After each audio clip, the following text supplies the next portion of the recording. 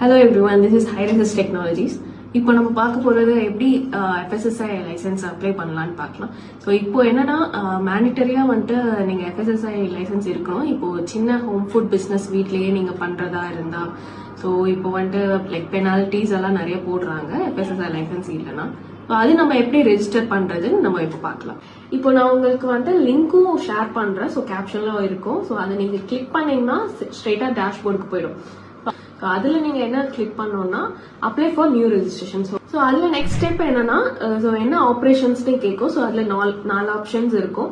So அதுல நீங்க உங்களுக்கு தேவையான ஆப்ஷன் நீங்க கிளிக் பண்ணிக்கலாம். ஸோ ஜென்ரல் அப்படின்ட்டு சொல்லிட்டு நீங்க கிளிக் பண்ணி இப்போ நெக்ஸ்ட் ஸ்டெப் போனீங்கன்னா select the kind of business கேட்கும். ஸோ அது ஃபுட் சர்வீஸ்.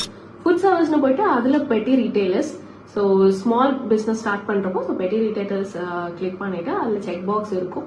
ஸோ அதுல நீங்க கிளிக் பண்ணிட்டா நீங்க ப்ரொசீடிங் கொடுத்து